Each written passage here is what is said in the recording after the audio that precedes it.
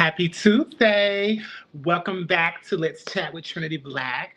I am your host, Trinity Black, and tonight we have a special guest all the way from Mobile, Alabama, Jawakatema Davenport. But before we bring on our guests, let's do some house announcements. So this week,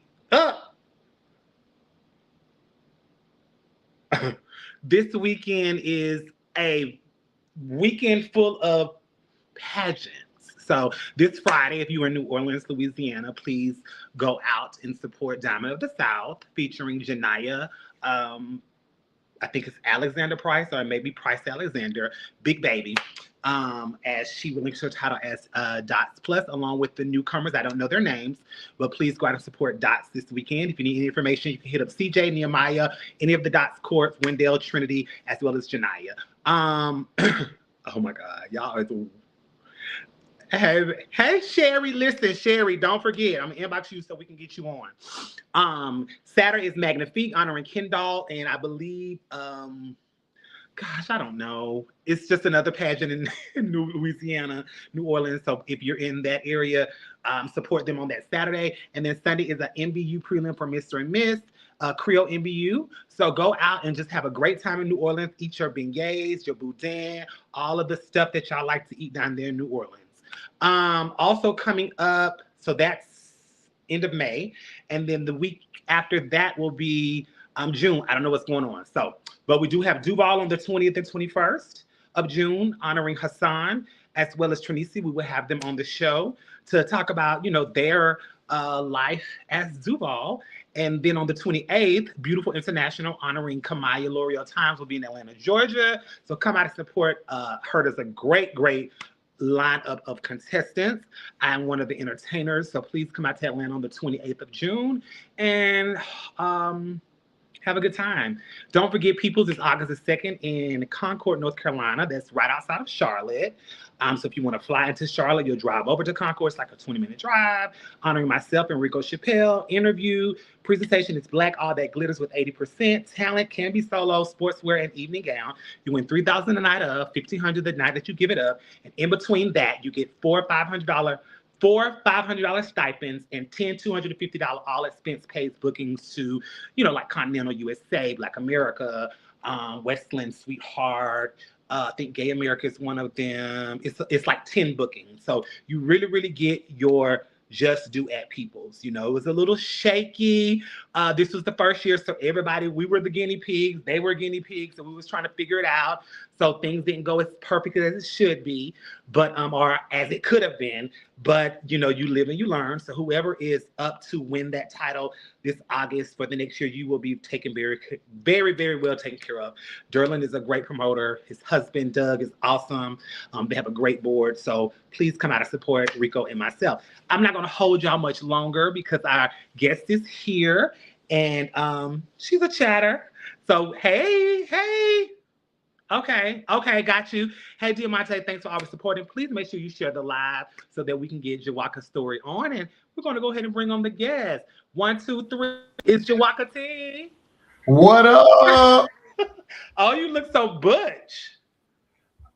I'm a boy.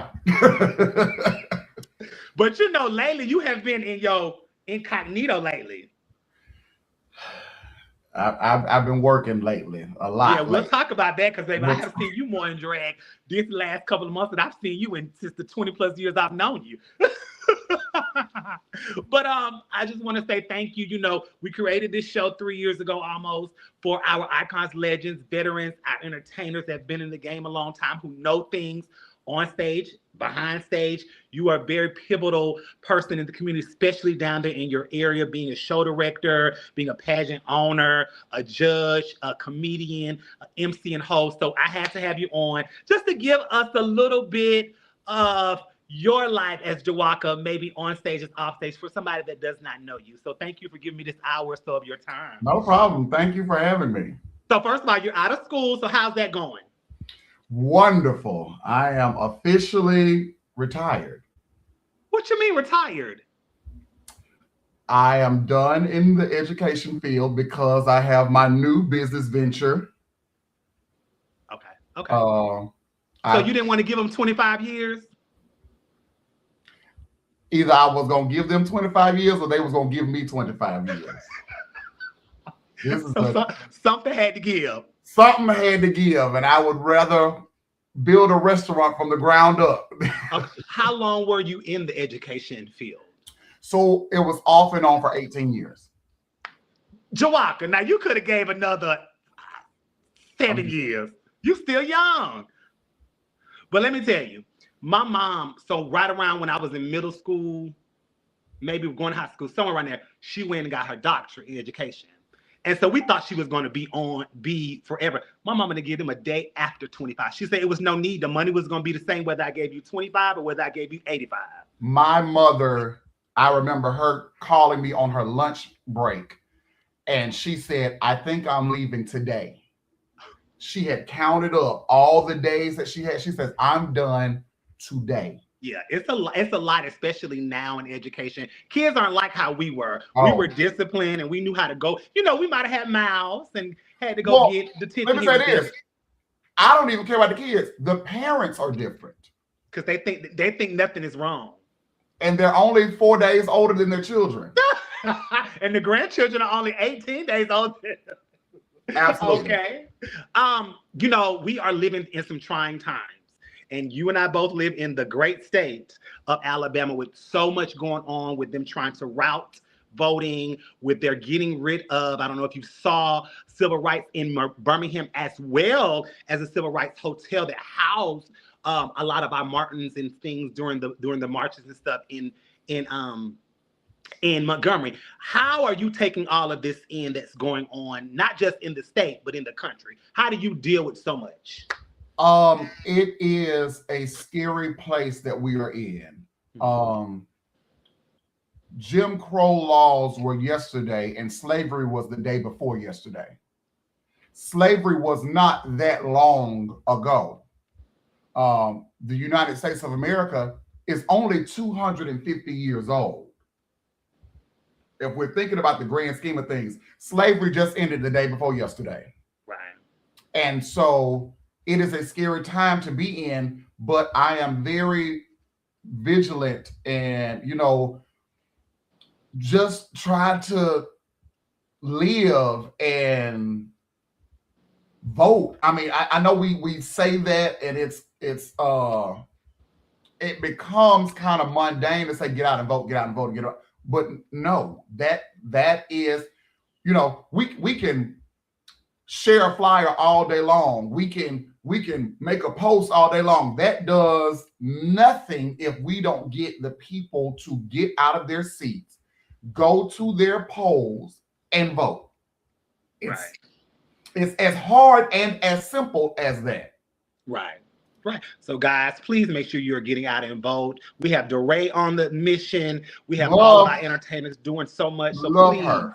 Yes, so please get it. Is important. You just don't know. Like Jawaka said, we are just a couple of hours from slavery. Yeah.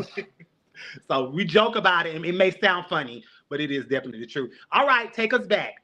I want to know, because I don't know. I met you in our teen years in Birmingham, but I don't know about life for you growing up in Mobile, if that's even where you grew up. Talk to us about life for you. What were you involved in? How were things shaped for you to become the man that you are today? Start from the beginning. So I have a joke, and they say it all weekend in Pensacola. I've been in Florida all weekend. And when I'm in drag, and then, I get out of drag like that, and they go, well, there's Josh. So I am Josh. Born and raised in Mobile, Alabama. I'm the only child to my parents. And when people realize that, they say, yeah, it does make sense. It makes sense. And if you are ever fortunate enough to meet my parents, I have two wonderful, hard-headed parents. They say, now we understand you a little bit better. Right. My dad says, why would we do that again? When they say, why'd you only have one? He says, why would we do that again? Grew up in a Christian family. I jokingly say two things I know is Fireball and Jesus. I went to school here, Mobile County Public School System, but I did go to Catholic school for middle school. So religion is important to me. It is in my fiber, in my being. I am an Aquarius. I was involved in cheerleading, gymnastics. I was a cheerleader in high school and beyond, and in college, all-star cheerleader. I used to be a J-setter back in the day, years ago, and 50 pounds ago.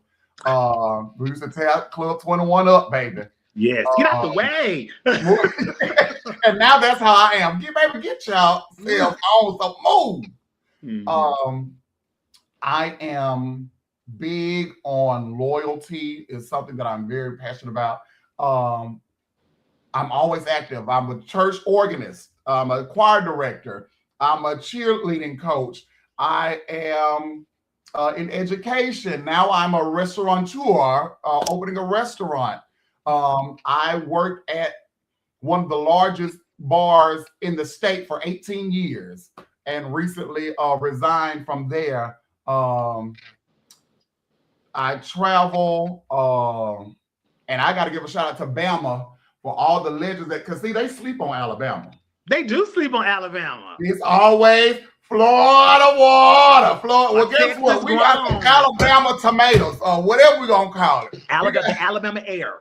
We got some Alabama air. Florida might have Florida water, but we got some Alabama air. We got the Tasha Longs. We got the Joe Jacksons. We got the I can't stand her, but I love her. And she know it. Yasmin Campbell stars. We got the Tamaras. We got the Trinities. We got, you name it, we got it right We got here. Vita. We got Vita. Chastity. We got them all. Yes, Dominique Chastity. Chappelle.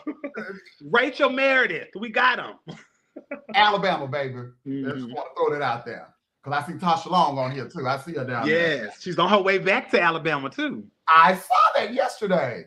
I can't wait to get on her nerves some more. You know, Tasha Long has ink pens in her purse. That's fish. When you carry an ink pen in your purse, that's fish.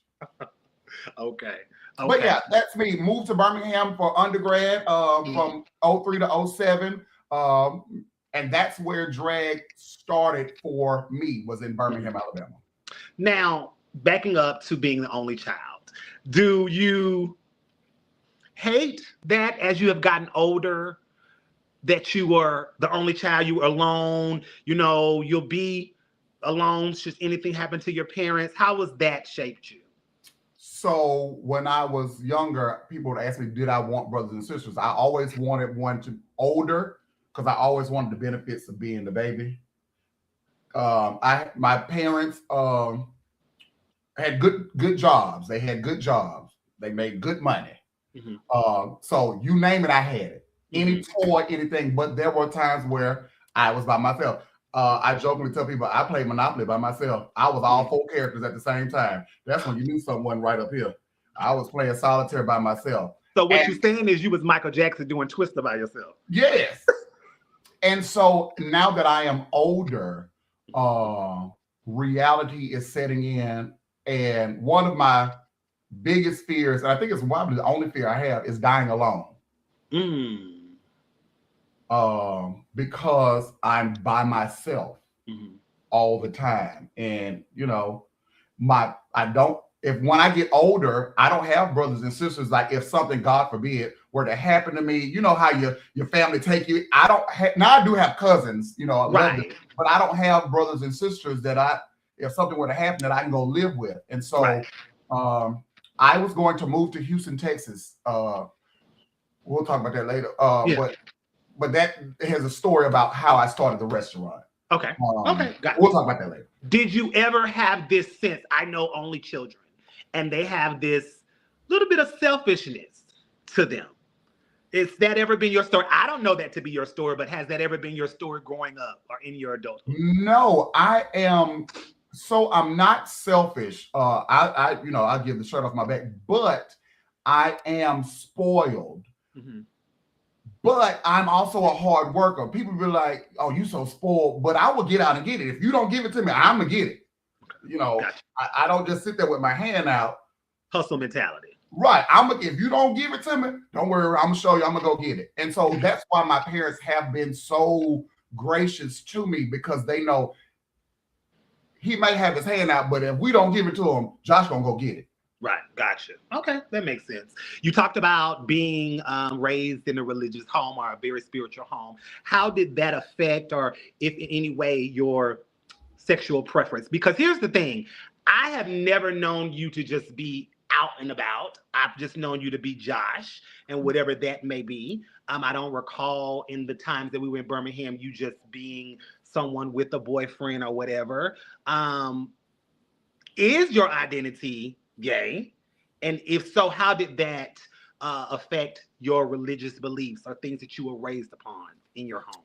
Okay, yeah, I'm gay as hell. All right, and not only am I gay, I'm platinum gay, baby. Okay, all right, that's out the way. But growing up in, my grandmother was a Sunday school teacher. She was a missionary, you know, on both sides. So I was always in church, and I am one of the lucky ones. Mm-hmm. I'm one of the blessed ones that did not have a family that shunned me, you know, put me out, and I've seen it. And you're right. I'm not one that is going to walk down the street with the gay pride flag, but I'm also not pretending to like women. Mm-hmm. Okay. I'm just Josh, like you said. I say that all the time. I'm just me. Mm-hmm. Whatever that is in that moment. And I do now. One reason why you probably haven't seen me with publicly with relationships is I tend to attract and date more high profile individuals. Okay. We're getting somewhere. I am big on, how we see people, they expose the men and all that. And I say, that's what you get for messing with people that don't have anything to lose. Yeah.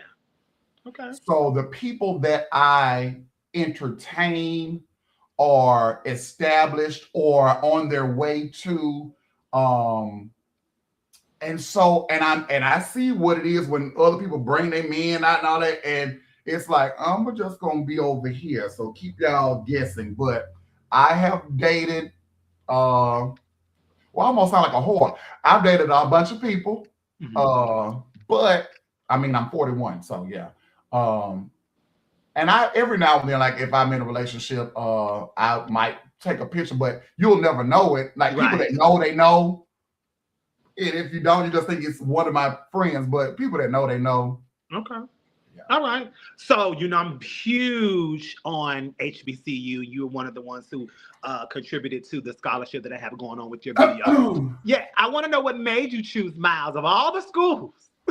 I was prepared. I'm always interested in why I'm always interested in why someone chose that particular school, no matter, regardless. I'm happy that you did. But what made you choose Miles Golden Bears?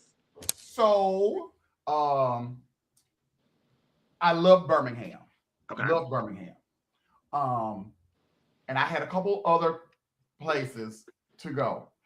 And people be like, I was going to Morehouse. But I did not like Atlanta. Okay. I'm not an Atlanta gay. Mm-hmm. I like when we go for Universe and we there Thursday, Friday, Saturday, Sunday, Monday. Mm-hmm. If I'm there Thursday, Friday, I'm ready to go. Like I'm just ready to go. It's just a lot for me. So I love Birmingham, and because I'm a church musician, gospel music is a big part of my life. That's what my radio is always on. So like the new stuff on the radio, I don't know nothing about it. Right. Miles Choir would come to Mobile every year and do a musical, and I would go. And I said, I'm going to go there. I want to be in that. And so I don't have a drag father, but I have I have a gay father, and then I have a life father. I'm not gonna say his name. You know him. We'll talk about it later. Who lives in Birmingham? And I said I'm coming up there, and so that's how Miles they gave me the money. And they also have a good education department. So. Yes, and so my degree is actually in English, and so I researched them and I loved them. I toured the campus, and I was like, this is where I'm going to go. And then they had a commercial years ago that said, Miles College is my college. And I knew some people that went there, and I was like, I'm going to go to Miles. And it was a wonderful experience.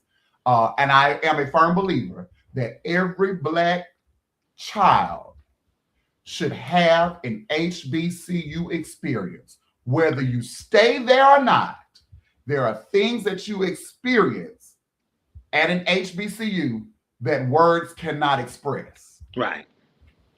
Were you, like me, very upset to find out Hillman was fake? Yes. When I tell you I was pissed, this isn't real. And babe, I think I was like, it's shaped after Hampton, but it's not real. It's like, I think I was like 16 when I found that out. I was like, wait. Yeah, I was very upset about that. All right, but shouts out to the HBCU graduate, Miles College. I want to talk about your before we go into the first game of getting to know you, I want to talk about your time in education at I'm assuming Mobile Public Schools. Talk about that for us. What was the joy of that position? There's a video that went viral, I want to say last year, maybe 2 years ago. It goes where school was out. School's out and you're behind, I'm assuming the principal, Yes. and you are acting a plum fool and you're just sending the kids and their parents up. So obviously it was a joy to either both have you as well as you have them as your career for 18 years. Talk to us about that for a brief second. The joy that I get from education is education. I feel that that is something that's lacking in our, not just the society, but in the Black community, is lack of education. And the Bible says, here's the Bible, that people perish, people die because of a lack of knowledge. So when I'm teaching and one student gets it, it's like, it's rewarding. Mhm. And when students come back, because I'm elementary, Right. so when students come back from high school and after and say, I remember you said this. For example, one thing that went viral for me during February, I get so tired of Black History Month being mundane. Mhm. We know about Martin Luther King. We know about Rosa Parks. We know about Harriet Tubman. Let's talk about something else and get these kids knowing what it is. So my Black History Month project was always an HBCU project. Mhm. Because what is an HBCU? Oh, let me go back. And my elementary school guidance counselor, Miss Johnson, was a Miles grad. So that's when I first heard of Miles, when I was in elementary school. Okay. So I put it out there so the kids have to research these colleges and to see them now matriculating to HBCUs, especially Miles. Because if you think about it, if you're not from Alabama, all you know is Alabama State from Alabama. That's Right. it. And Alabama A&M. Right. But we have the most HBCUs than any other state. Mhm. You know a little about Tuskegee. Yeah. You know a little bit, a little Tuskegee. You know, they're so uppity over there. Yeah, they don't even have lights at their football stadium. Shouts out to TU. But yeah, they play Miles for their homecoming this year. Yes. So that's the joy for me as an educator, because I am a person that loves to learn. Mhm. You said something. One of the things I'm fascinated with is religion, because I want to know why people believe what they believe. Mhm. And in this economic climate, socioeconomic climate, there's so much foolishness coming out of the mouths of people that those that are uneducated and can't think for themselves just run with it. But it's like, did you listen? For example, one of the Rump supporters was saying, he was a Black man that said that he supported Donald Trump because he gave $2 million to HBCUs. Well, Biden gave billions of dollars. Like, so education is just something that I just believe wholeheartedly in. Yes.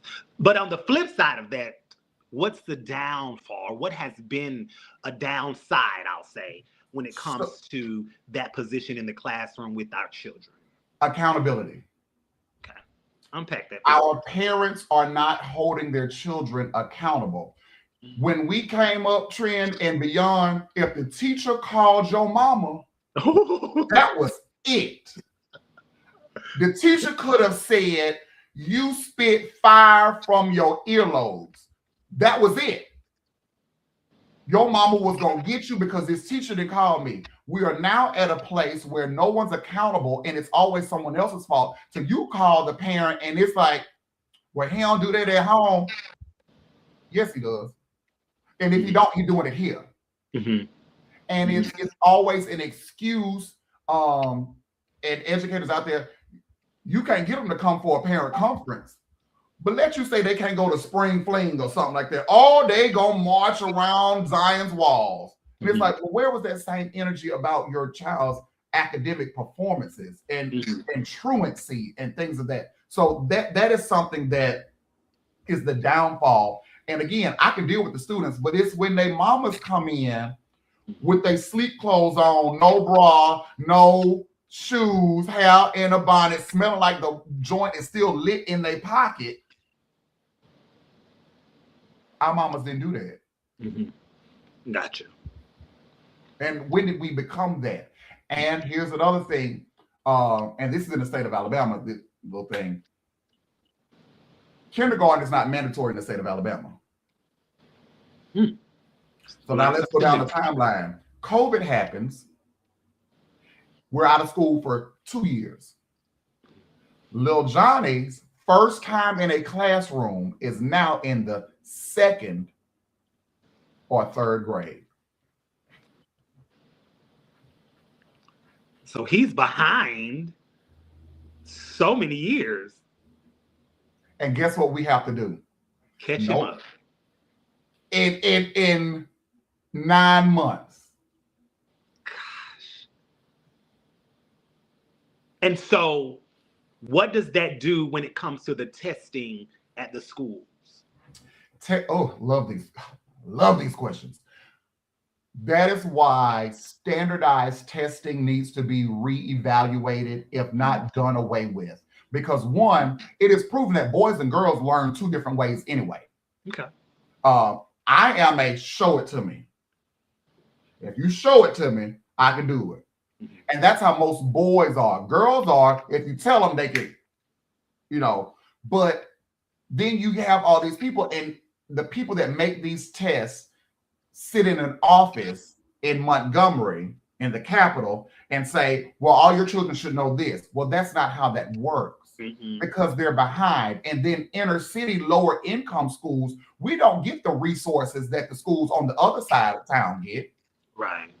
And I will say this as well. When it comes, every school gets a report card. Right. There are many things on this report card that people don't realize. It's not just about the standardized test scores. It's also attendance on there. So when you have been out all night and don't take your child to school, and tardies and absences are the same thing. Early dismissals are the same thing.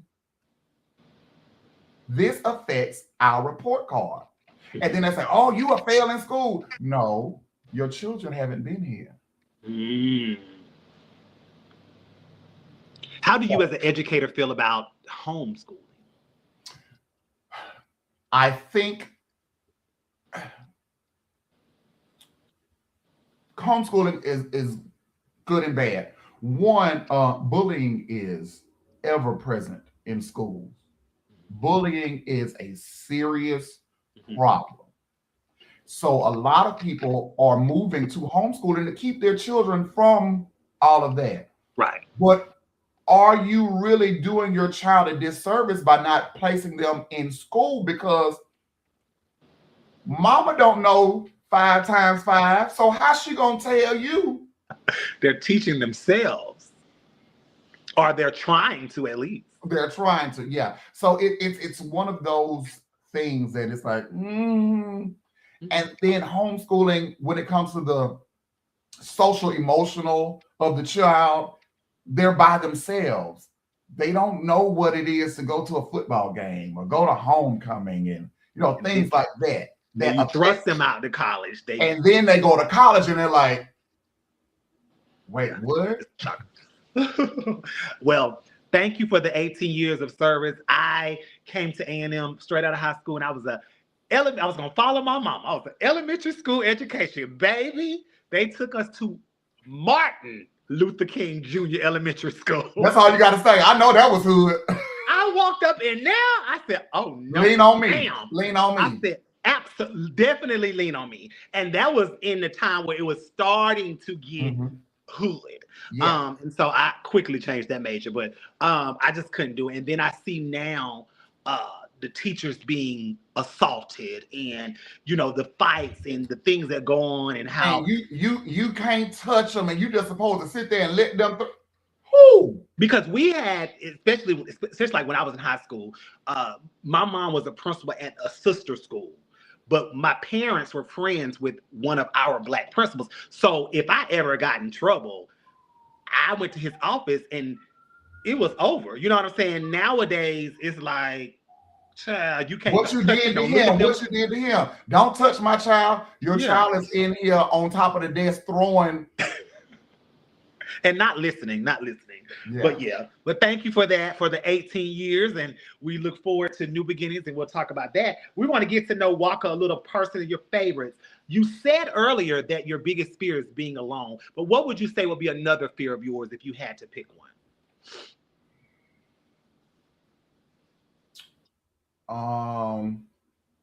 I would say being without. Okay. Simply because, and that goes with the alone, who would I call if something happened? You know, like if I don't know, yeah, like not having. Okay, that makes sense.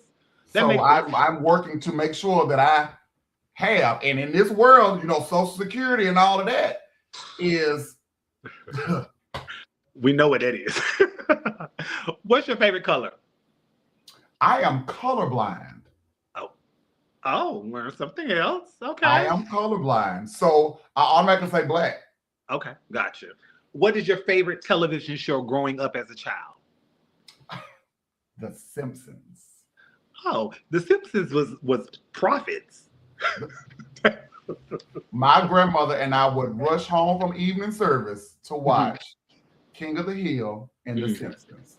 Okay, gotcha. Who would be your favorite actor? My favorite actor is Alexis Davenport. I'm just kidding. It is Danny DeVito. My favorite actor would actually. Did you say Danny DeVito? My favorite actor would have to be actress Gabrielle Union. Okay. You know, Gabrielle was playing teen in her 30s. Remember that? Yes. Why they keep putting this old woman in these movies? Very Diana Ross as Dorothy. Yeah. If you could be best friends with any celebrity, who would he? Nene Leakes. Now, why Nene of all people? Nene Leakes. Why? Nene is gold. She knew and knows what to do, when to do it, to keep in the. Once you forget about her, something happens. She does something, and she's all about a coin. She turned Housewives of Atlanta into what it is now, which is, well, not now because it's trash now, but she was TV gold, and she took that opportunity and made an empire. You know, she wasn't afraid to go out in business ventures, and so that's what I liked about Nene Leakes. And she tweeted me 3 times, and I saved them. Okay, there we go. Now that and my first runner up is Tammy Roman. Oh, so you just like reality stars? I do. I've like Tammy since she was on The Real World. Right. Yeah. She was the first. They don't want to give her the credit, but she was one of the first. And she came to one of my shows in Houston. Your favorite movie of all time? My favorite movie is, oh my goodness.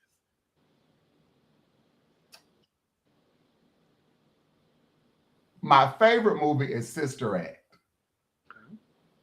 But the movie I quote the most, the movies I quote the most, The Color Purple and Precious. It's going to rain on your head. I will quote those movies like this and will watch them as if I've never seen them before. But do you find, I find this, especially with Color Purple, because that's my favorite. I always find, I have probably seen that movie a million times. I always find something new. Yes. And I'm like, oh, I didn't see that last time I would have. Yes. Okay. Yes. And be sitting there crying. You're like, what the hell? Like, I don't know what's about to happen. Did you like the remake of The Color Purple? No. Okay. I didn't either. Okay. I liked the Broadway version of it when it first came out with Fantasia. When she did the first run, I did see it then. I liked that because it was different, but I don't think movies like The Color Purple should be remade. I agree. At all. I just like Still Make Noise is my next favorite movie. Hated the remake of that. Okay. Just leave it alone. You were religious, grew up in the church, all of that stuff. So if you had to pick a Bible character that you most identify with, who would he or she be? Peter. Oh, now, because we don't have religious people on here, unpack why Peter, so they can understand why you chose Peter. Peter loved hard. you wasn't messing with Jesus without coming through Peter. Mhm. Peter cut the guard's ear off Mhm. for getting too rowdy with Jesus. So I would say, Peter, you keep on, I'm gonna cut your ear off.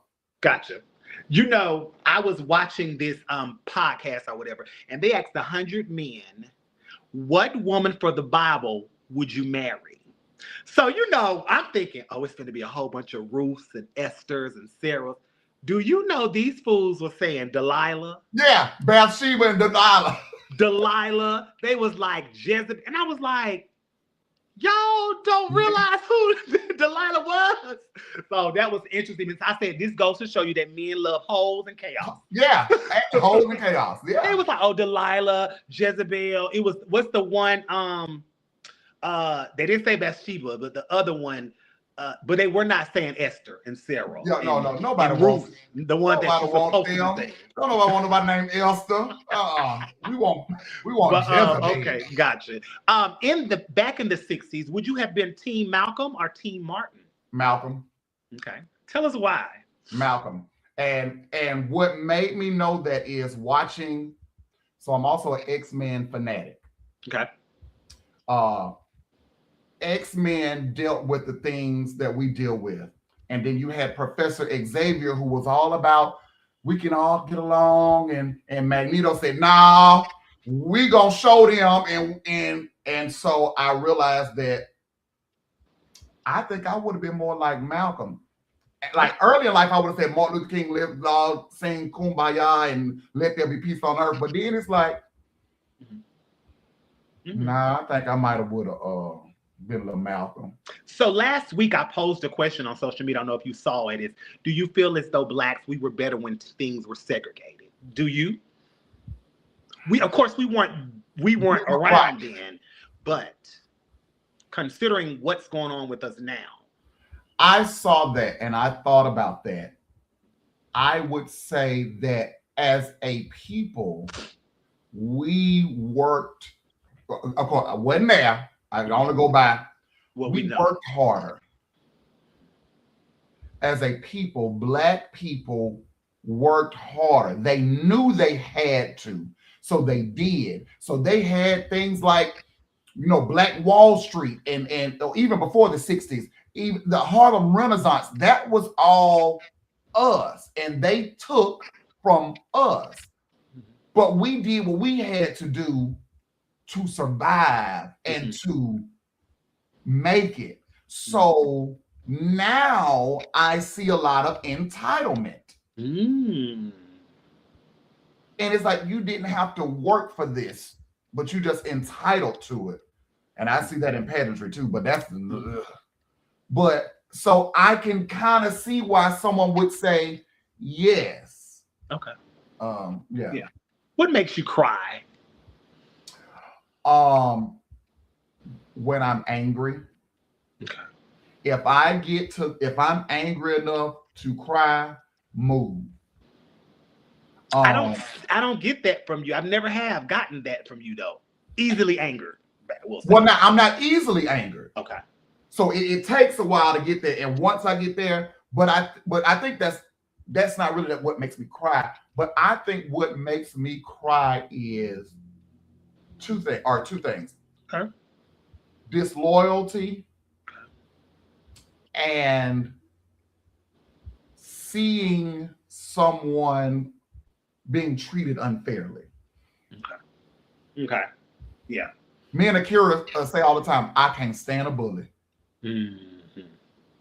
So. Okay. What is your biggest pet peeve?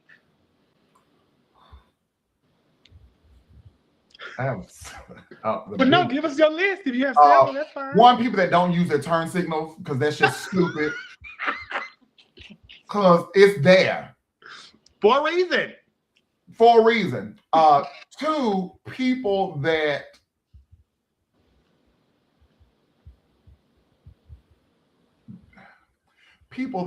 don't know when and where. Okay. There's a time and a place for everything.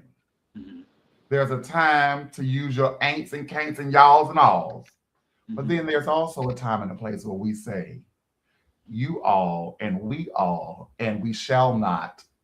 And that's not necessarily code switching, but it kind of is, but it's not. It's just know when. And I also, oh, here's another pet peeve of mine. People that go to fast food restaurants, not fast food restaurants, like dine-in restaurants, and give servers a hard time. And it's always something wrong. The ice cream is too cold, the chocolate milk is too hot. And people that go out to eat and expect the food to taste like they made it. You know, I always say I will never go out to eat with Tamira again because she's that way. I got a friend. Every time we would go out to eat, something wrong. Girl, never again. It's always something. And then people that ask for hot water to put their utensils in. No. As if the cup was just automatically clean and you don't put your I just had a conversation yesterday because they was like, so they brought me a cup, and so I started drinking the water out of the cup. You put your mouth on that, I said, you do realize that the liquid on the inside is still in this cup. You are putting your mouth on a fork that 100 people have also, but you're worried about drinking it. I think some people don't have the sense of common. So, trying to overdo things and not thinking. And then, hello, and did you not watch Deliver Us from Eva? If the water isn't hot enough, it actually grows bacteria. Yeah. My dad is a retired chef too, so yeah. Right. I know this is going to be a hard one, but if you have to do more than one, that's fine. Favorite gospel song of all time? Okay. It depends on what it is. What you got? Variables, genres? Yeah. The one that just makes me cry is Richard Smallwood, I'll See You Again. Okay.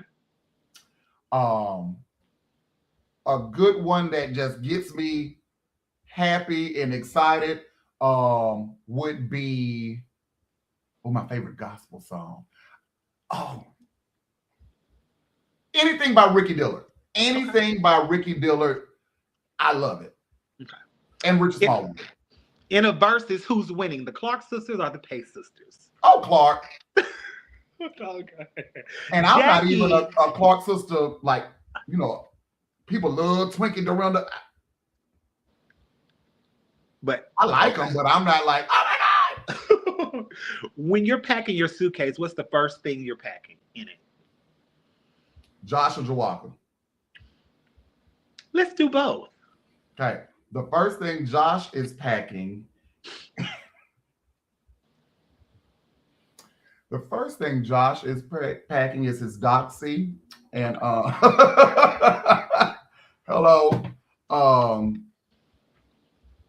First thing Walker is packing shoes, because I am notorious for leaving one shoe. Notorious. Jawaka. So shoes are always the first thing that I pack. Okay, got you. All right. And what do you feel, if you found it, is your purpose in life? My purpose, two. Music is my purpose, and one of my purpose. And the other thing is to make people laugh. Yeah, well, you definitely do both well. But I want to ask you about the music part.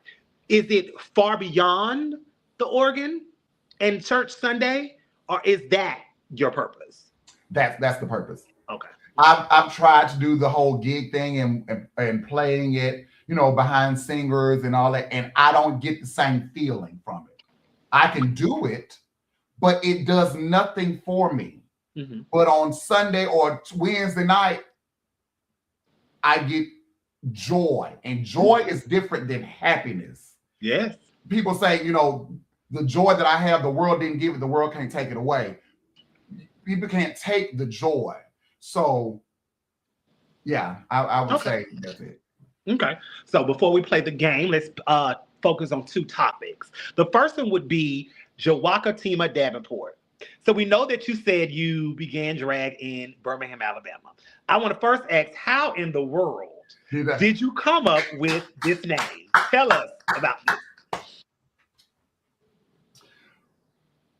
When I, even like after high school, well, like senior year, we would call each other my friends. So I had my friend Andre and my friend Travis. I think you might remember my friend. Mm-hmm. So Travis was Tavita. Mm-hmm. Andre was, I don't forget what Andre was. And so I was Jawakatema. Mm-hmm. Jawakatema came from an episode of Martin.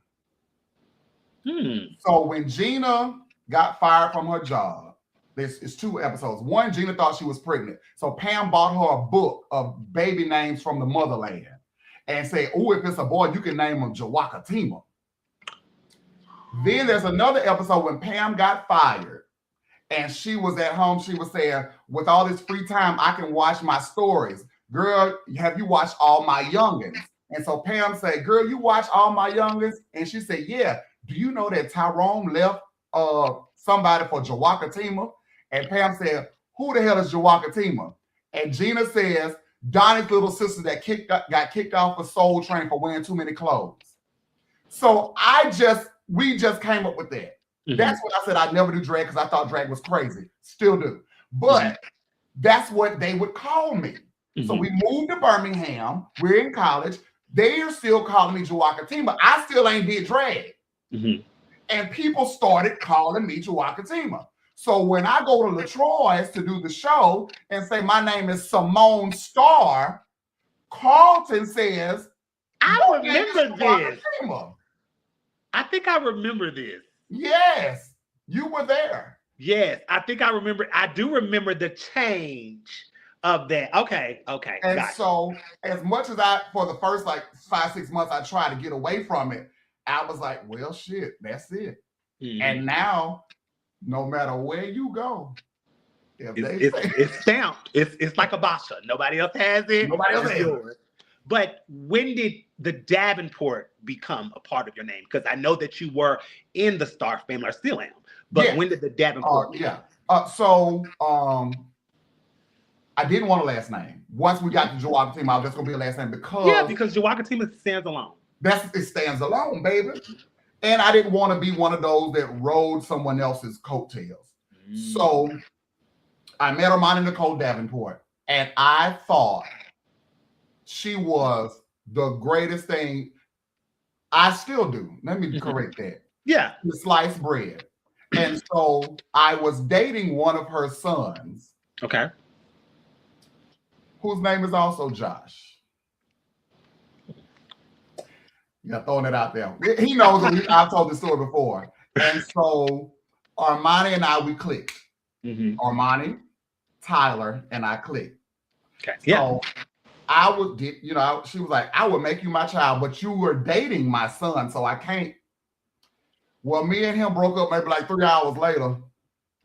And she said, well, now you're my child. But I still didn't want to use Davenport. Right. But once people started knowing she was my mother, that's just how it was. And so I was like, well, there it is.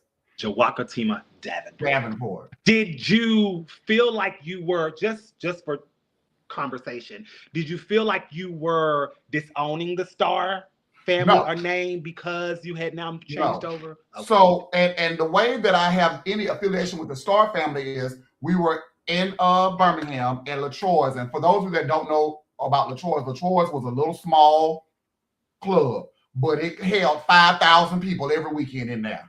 It was the bullpen DC of Birmingham. Like, it was such a landmark. LaTroy's. Yes. Oh my God. And so we were the new boys. I was real thin then. We were the new boys. And you know how they do, the older ones, there go some new ones. And so some people had tried to talk to me and my friends, and Darrenisha came up and literally snatched us like this and said, these my children. Y'all go on. She and now that I look back, she was saving us, But she said, these my children. We know. Now, the Darrenisha y'all know today. It's not the Darrenisha 20 years ago. Thank God for growth. My God. Thank God for growth. Darrenisha did not play. You hear me? And so we were like, who is this? And so she was Darrenisha Star. And I don't even think she had done drag at that point in time, but we all knew Daranisha. And so that's how I got introduced to the Star family. And okay, gotcha. And there we have it. And then let's talk about this new found career. You have left education of 18 years. You have opened up this business where I'm gonna have to come and just eat. You know, we're not me and Tayana and I are doing no meat for the month of May, but that'll never happen again. I have a vegan dog, baby. I got vegan. But you have this new business. Talk to us about that. What made you want to go into it? How is it going for you? And what can we look forward to with that? Plug it. So I am the owner of Urban Dogs, hot dogs, nachos, soup, salads, and sandwiches, because every dog has its day. So I have said that 6 million times, and it's doggone good. So how this came about, I always wanted a hot dog cart because I would see it like football games and stuff, the concession stands, and I was like, these people are charging $7 and $8 and $9 and $10 for a hot dog that costs a quarter, and they're buying it. So I was like, well, I want a hot dog cart. So fast forward, I'm preparing to move to Houston. I want to move to Houston. And so my parents were like, okay, you want to go to Houston? Go to Houston. And I also have a wonderful aunt who doesn't have children, so she calls me her nephew's son. Okay. So I tell them I want to move to Houston. They say, okay. I come up with an amount of money that I want from each one of them. And they say, okay. Well, after 20-something years, my mother's breast cancer came back. Oh, okay. Mom is 75. Dad is 74. Now they're divorced, but they act like brother and sister. They argue every day. And I cannot leave Mobile with my mom having to go through chemo at the age of 75. Yes, God is good and all of that. However, at the age of 75, about to be 76 Monday, I could not leave and go that far away, because if something was to happen, I need to get to her quickly. Right. And so now she was kicking me out, saying, no, you going to Houston. I said, absolutely not. So I said, well, if I'm going to be in Mobile, I want to start a business, another stream of income. Because I also have I do graphic design and printing as well. For example, I did Ryan Sugar Bear's obituaries. You know, and you do your flyers and stuff. And flyers and all of that, which happens because with these AI flyers, please stop using them. They're ugly. Even if you don't use me, use somebody else, please. Anyway, so I said, I'm going to stay here and I'm going to open a hot dog stand. Okay.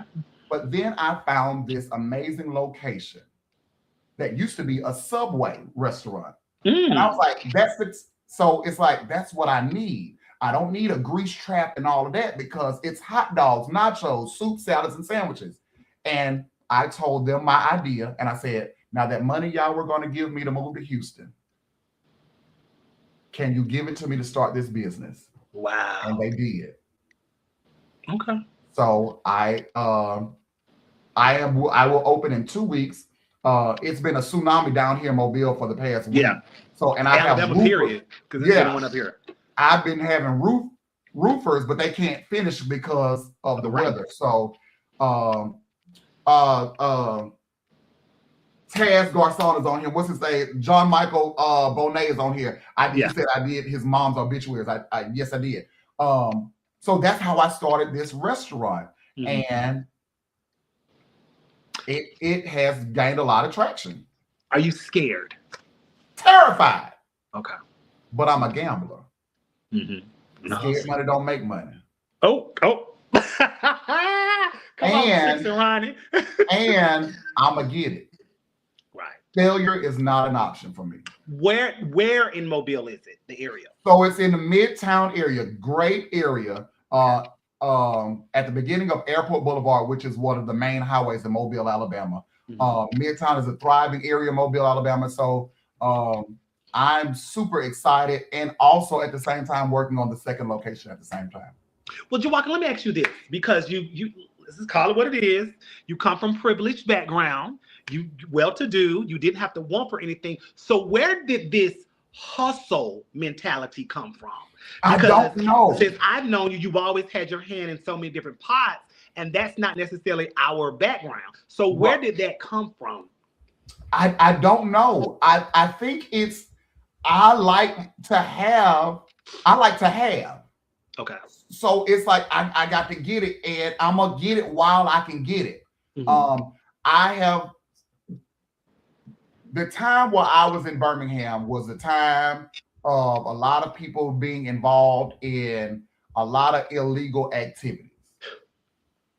Correct. Baby, they were stealing cars left and right.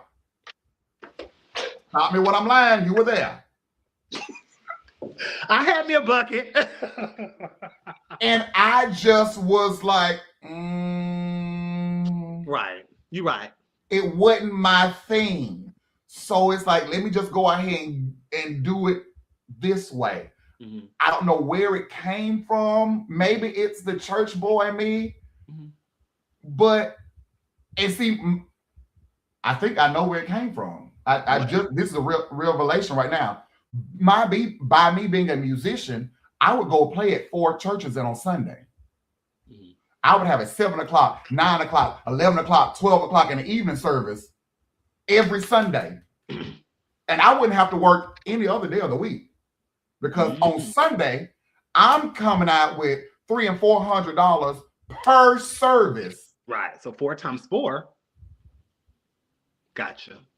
Okay. So but I guess I asked that because you're not flashy. It's not like you have to walk around with Balenciagas and Gucci and driving a G-Wagon and things like that, living in a multi-million-dollar home. I guess that's why I was asking, because to go back to what you were saying, when the illegal things when you were around in Birmingham were happening, if you look at the people, it was lifestyles that were trying to be lived.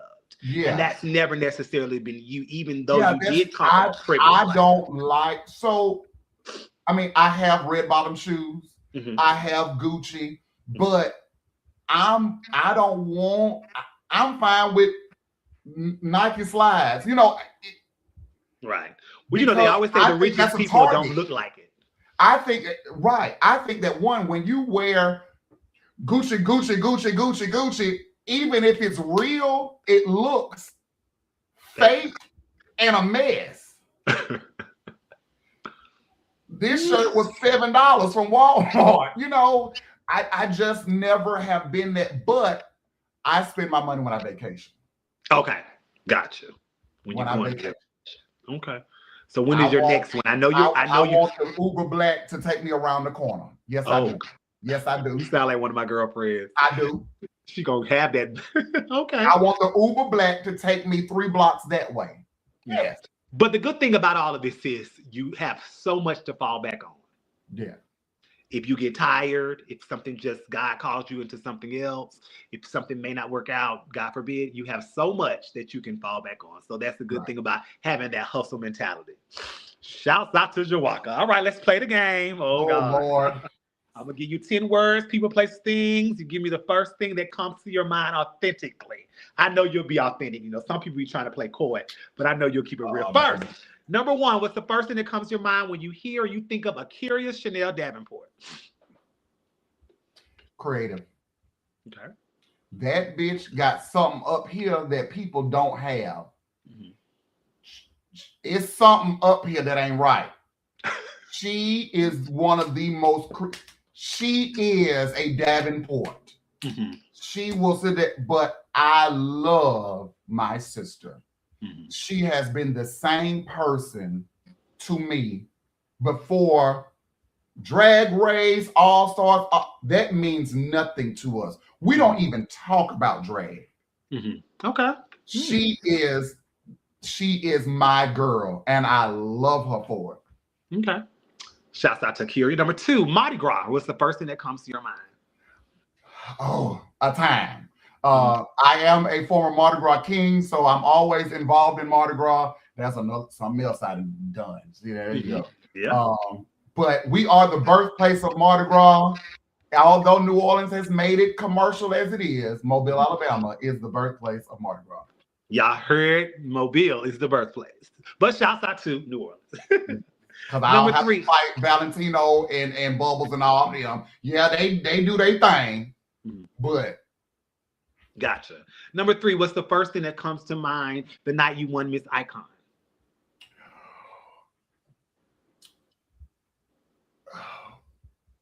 Proud. Okay. Because I did it all myself. I did it all myself. I did it how I wanted, what I wanted, when I wanted. It was me. It was all me. And that was a scary place to go. People ask me all the time, Trinity, why I don't do the bigger pageants. I just don't want to. One, I'm not going to Atlanta every other weekend to do a walk. I'm not doing it. I don't like to be in drag just sitting there. I don't. Yeah, that's just not me. Mm-hmm. I like to do the smaller bar pageants where I can go work. So that was the Icon was one of my first ones that I went further in the state of Alabama and captured. Okay. Rachel Meredith, what's the first thing that comes to your mind? Gracious. Rachel's biggest downfall is her kindness. She will give you the shirt off her back and she's outside freezing. She is, that's who she is. I've known her forever. And I know that when she calls me to borrow some jewelry, I'll never see it again. And she knows when I call her to borrow a dress, she'll never see it again. Shouts out to Rachel. Well, she's small now I can't borrow nothing. Oh, goodness. Birmingham, the city of Birmingham, what's the first thing that comes to your mind? Hard. Birmingham was hard for me when I was in college. When I started drag, y'all was some mean people. Wait a minute. Y'all were some mean people.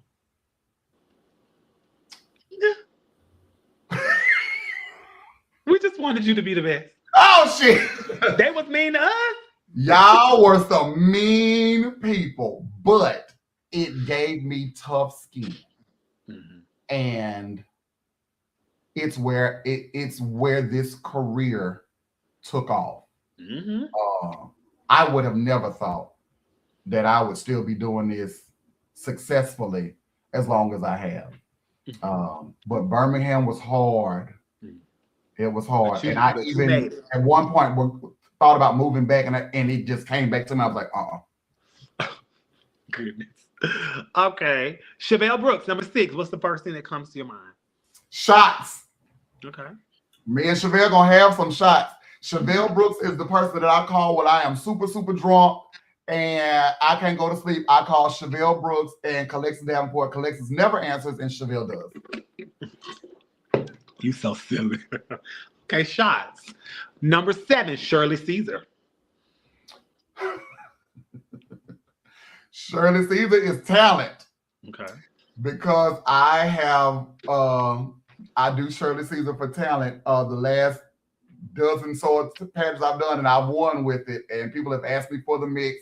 I've done her greens, beans, potatoes, tomatoes. I mixed it myself, and it has won me several.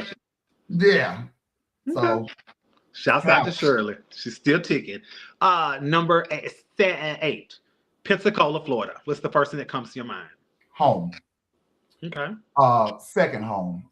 Pensacola and Mobile are only 54 miles away. So that's 45-minute drive.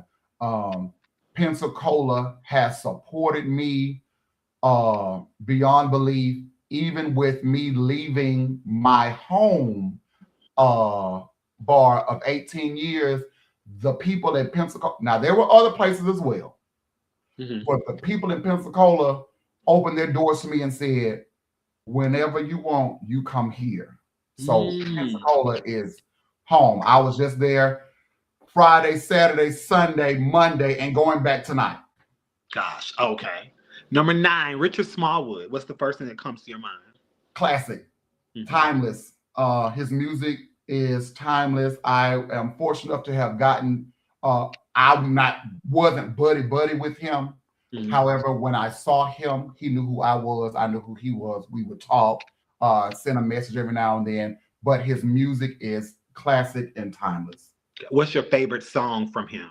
Favorite song by Rich Smallwood is "I'll See You Again," which Yeah, is a you said beautiful that. song about someone that has gone on, Mhm. and "Holy Thou Art God." Okay. Okay. Gotcha.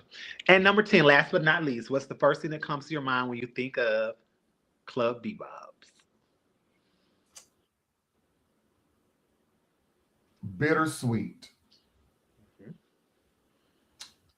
I went there after graduating college, Mhm. and they put a microphone in my hand, and the rest is history. At the time, it was owned by Jerry Elin, who literally put a. So the MC was not there, and my friend Corey Pickens says, "Give her the microphone; she'll host." And Jerry said, "Here," and I kept that microphone for 17 more years. Gotcha. It allowed me to bring, let's call it what it is. You got white clubs, you got black clubs. Mhm. Okay, let's be real. Mhm. Bebop's allowed me to bring in some people from over here Mhm. and do That was this. one of them. And you were, yeah, right. Mhm. I wanted to be that person to bridge the two. Because let's be real. Now, I know y'all gonna send me all kind of emails and stuff, and I really don't care. A lot of times, our black clubs don't and or can't pay us entertainers Mhm. what should be a fair wage. Right. Either because they can't, but most of the time it's because they won't. Bebop's allowed me to bring these people over here and give them a fair pay, Mhm. and expose people to a broader thing. Now, here's the thing, and those entertainers that are real will tell you, if you go over there, are you deserted the black people? Well, Mm. no, I'm going over here because this is who's going to help pay my bills. Hey, I didn't desert y'all, but I also want y'all to know that you don't have to work for $25 or $7 and they still charge you for a cup of water. That's what Bebop's did for me. And Mhm. unfortunately, after the transition of ownership, the Bebop's now does not match up with me, my beliefs, and my work ethics that I have poured into not only the community in Mobile, but this whole region. Mhm. I brought entertainers in from all over Mhm. Alabama. You was Miss Black Universe, you was Miss this. If you called me, I made it happen Yeah. if I could. So it was bittersweet, but this has catapulted me leaving there, Mhm. me leaving there, me leaving there. Mhm. Has catapulted me to, all right, now let's make some money for myself. And we have urban dogs where every dog has its day. So I'm not sure if it was just bait because you were coming on, but you'd always say, "I'm gonna lay it out on the table" and stuff like that. Is that what you needed to get on the table that you left the club? Part of it. Okay, Part so of it. give us the other part. Tell us what Um, else you need to tell us. It's reference to that. I left when I saw the iceberg dead ahead. I saw that and here's the thing, in any business, when there's a transfer of ownership, things will change. Duh, you're supposed to. But there were some things that were said that I did not agree with nor appreciate. Mm. And one of my biggest flaws is I expect me out of you. If I have been loyal to you, I expect you to be loyal to me. And when I left, to most people, this bitch then left somewhere after 18 years. There's got to be something Right. serious going on. And some people chose to take that and try to, when you moved in, that's when you find people try to weasel in, think they doing something and try to take your spot. Baby, you can never take this spot. Right. Because I gave it up. Okay. But people have rallied behind me. People have said, we may not know everything that was done, but the fact that you left speaks volume. And we gonna stand beside you and behind you. And though there are other people that still go there, and here's the thing, I will never tell somebody where you cannot go and make your money. Right. But I know as for me and my house, we're not doing that. Mm-hmm. Okay.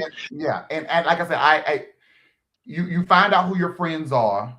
You find out that people that you spoke up for it behind closed doors, but when it's their time to speak up for you in public, they run and cower. So that's just how it is. But I'm fine. I'm blessed. My best friend, his name is Eric. He bought the bar across the street. That's Flipside, and so now we have shows there on Fridays and Saturdays, and we have a good time. And yeah.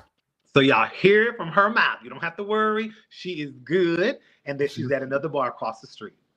Yeah. And in Pensacola, and in Mississippi, and I'm still going to Houston. I have been blessed. Well, first of all, let me ask you this. What time do you have to be in Pensacola? Oh, 12. Okay, all right. And I'm going like this. So let me ask you this. Do you feel with the freedom now, you're able to go where you can and want to be? Absolutely. Okay. Absolutely. So it's a good thing. In a sense. I can, I always felt obligated that I had to be here on Thursday, Friday, Saturday. I had to be here. I'm the show director. I have to be here. Mm-hmm. Now, then they want to do is people like, now we're going to pay you this much. And I'm like, oh, well, baby, I got to go. Right. Because they know if I get paid $50 to stay at home, I can't travel 6 hours and get $50. Right. But now I get to go at my leisure and go to different places. Like I said, Houston, if I could be anywhere right now, it would be Houston, Texas. Okay. And I purposely signed a 2-year lease with my restaurant to see how it goes. And if I decide that, okay, I did it, and I'm one of those, I will say, well, I did it. Let's do something else. Mm-hmm. I bought a Mercedes truck. I made sure Jawaka was going to pay for it. Mm-hmm. I separate the two. Jawaka is going to buy Josh a Mercedes truck. Bought it, paid it off. Then it started acting crazy. But that ain't got nothing to do with you, though. That ain't got to do with me. Yeah. But then when I bought my next car, I bought a Nissan Rogue. Because it's like, shit, I did the Mercedes. Yeah. Okay. Yeah. Okay. They give me this Nissan that's got regular gas, and now the gas is $18 a gallon. Girl, listen. So as we move higher in the program, we'll talk more and more about these next couple of minutes. Let me ask you this, Jawakatema. You are the comedian. You are funny. You are someone that I've known you, again, 20 plus years. I've never known you to be in the mess like that. Mm-hmm. You might have your own little thing, but nothing that's just, oh God, Jawakatema is you're not on Punk News Network or on the right. You haven't made it to that in anything malicious. But let me ask you, do you think that the community takes Jawakatema seriously?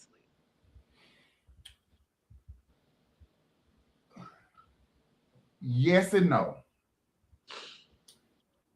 The MC, no. The show director, yes. Okay. Because when I am MCing, my job is to fill in these gaps, keep this train moving, but also entertain you at the same time. Mm-hmm. Too many times do you have an MC that don't know what to do when the music don't play. What you gonna do? Just sit there and look? Mm-hmm. Then you also have MCs that don't know when to shut up and let's roll this thing. Mm-hmm. That's another. I guess that'll be another pet peeve about MCs that talk too much during your number. I can't hear the music because you over there hollering and yapping. Shut up. But Right. anyway, I'm back. Here we go. So yeah, I think they do and they don't. But those that don't should. Mhm. Because there's a method to my madness. I have built a empire from this person. And you know, she's dead and gone. And I say it all the time. Rosa Heights told me I would never be anything because my name was Jawakatema. Well, wherever you go now, you know exactly who it is.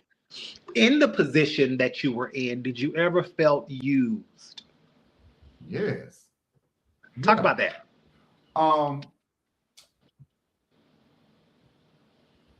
When I was hot, going to pageants every other weekend, you know what? I wouldn't say used, but I allowed people to take advantage or lowball. Tanisha Cassadine told me we were in Jackson, Mississippi.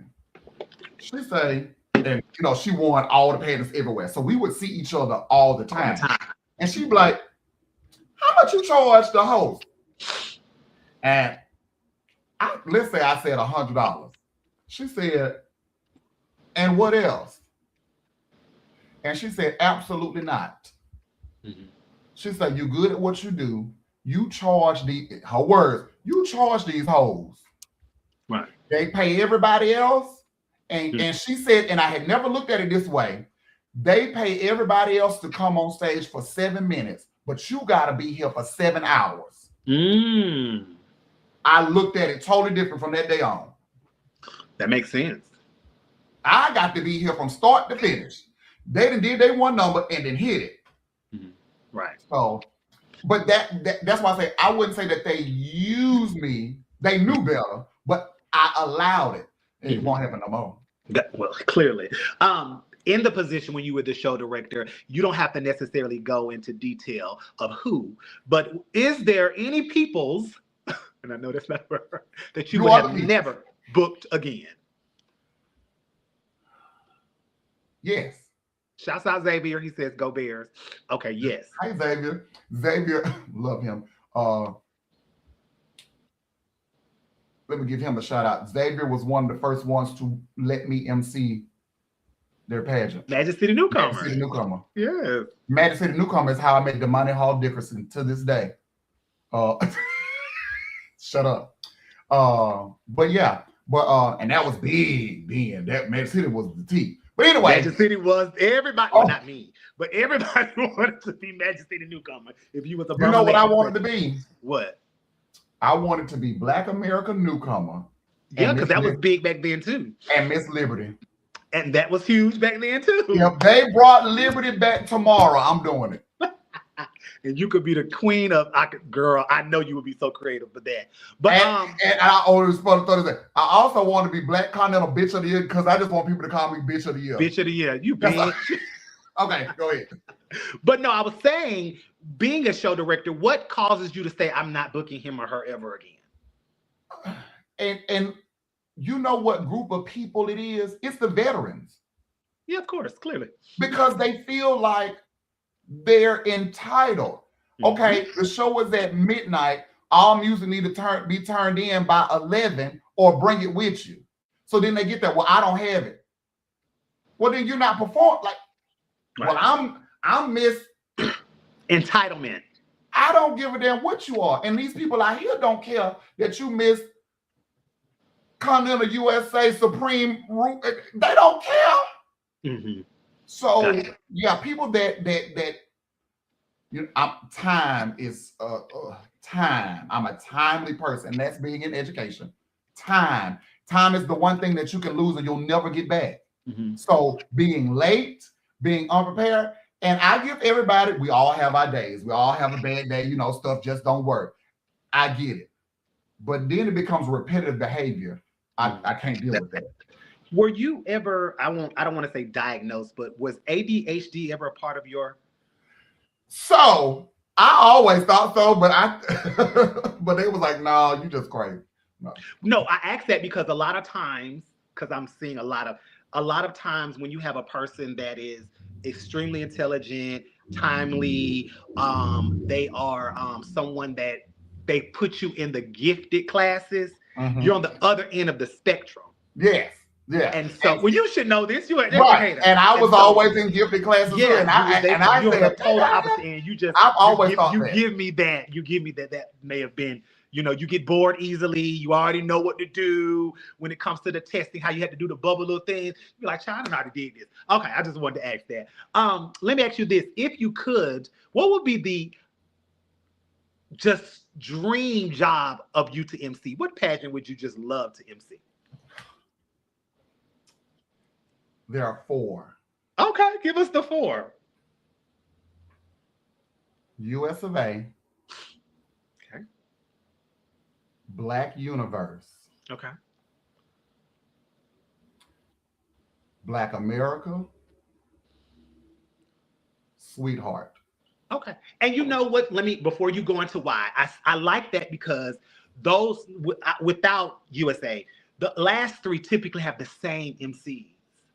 So there's nothing different about the pageant because you have the same MCs. And I'm not saying the same MCs every year. I mean the same MCs each pageant.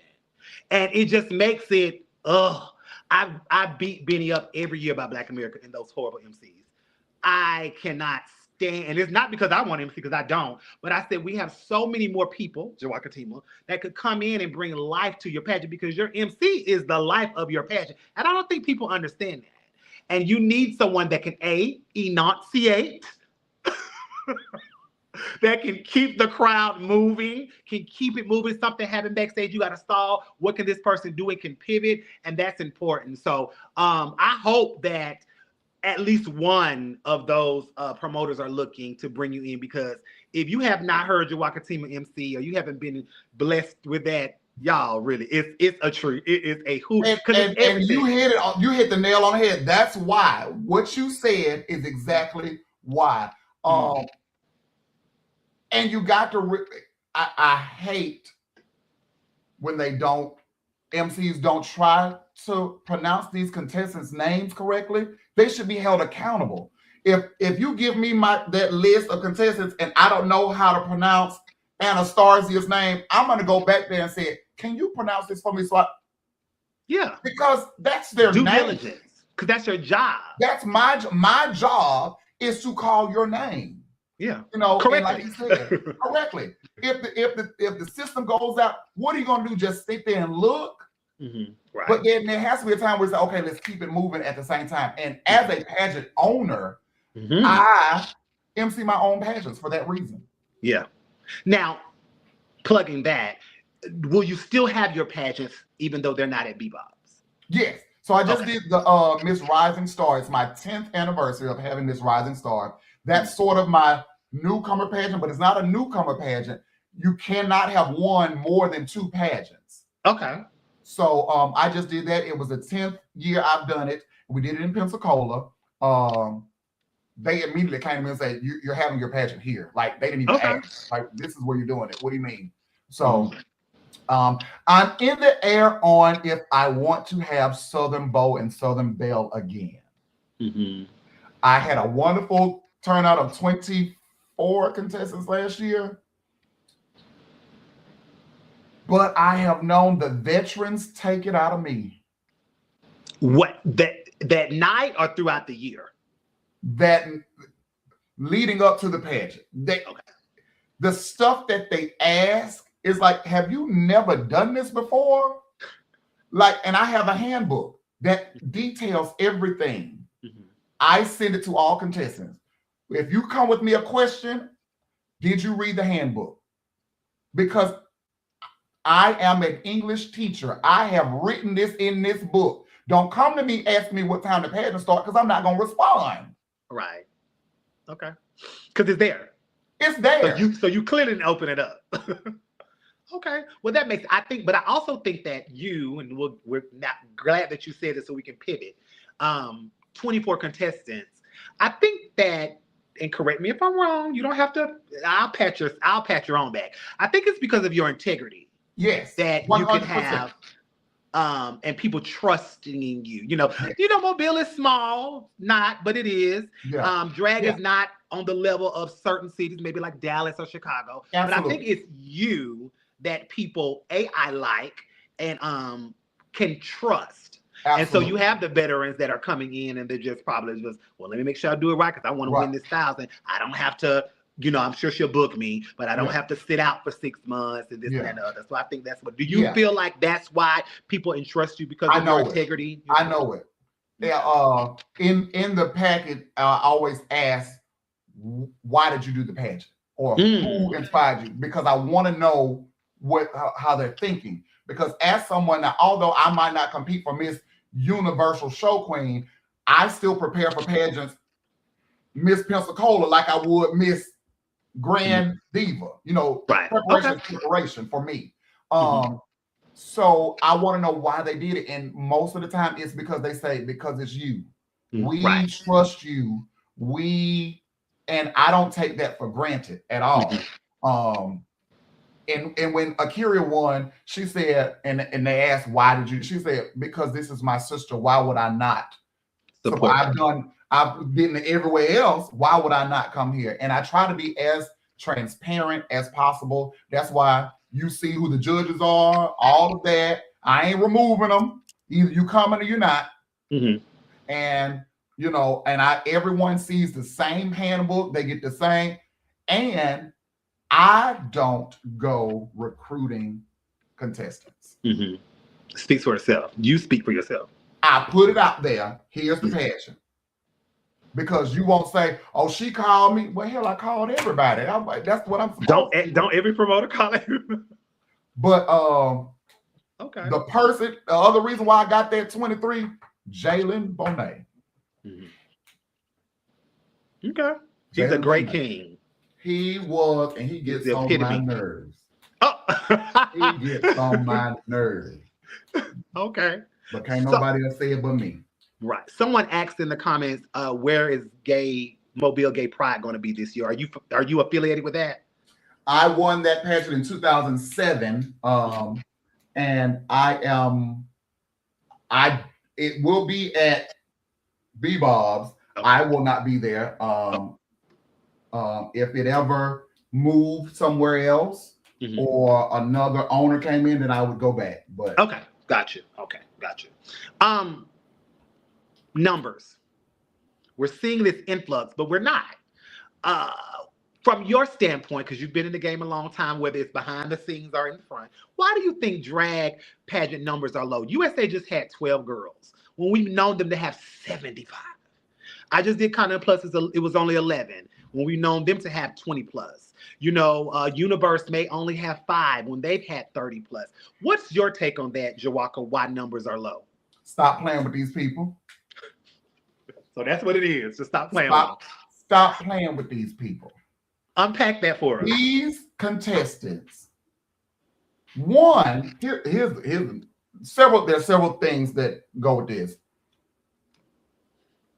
Flights are the most expensive thing all of a sudden, like this. I could fly to Houston for $123.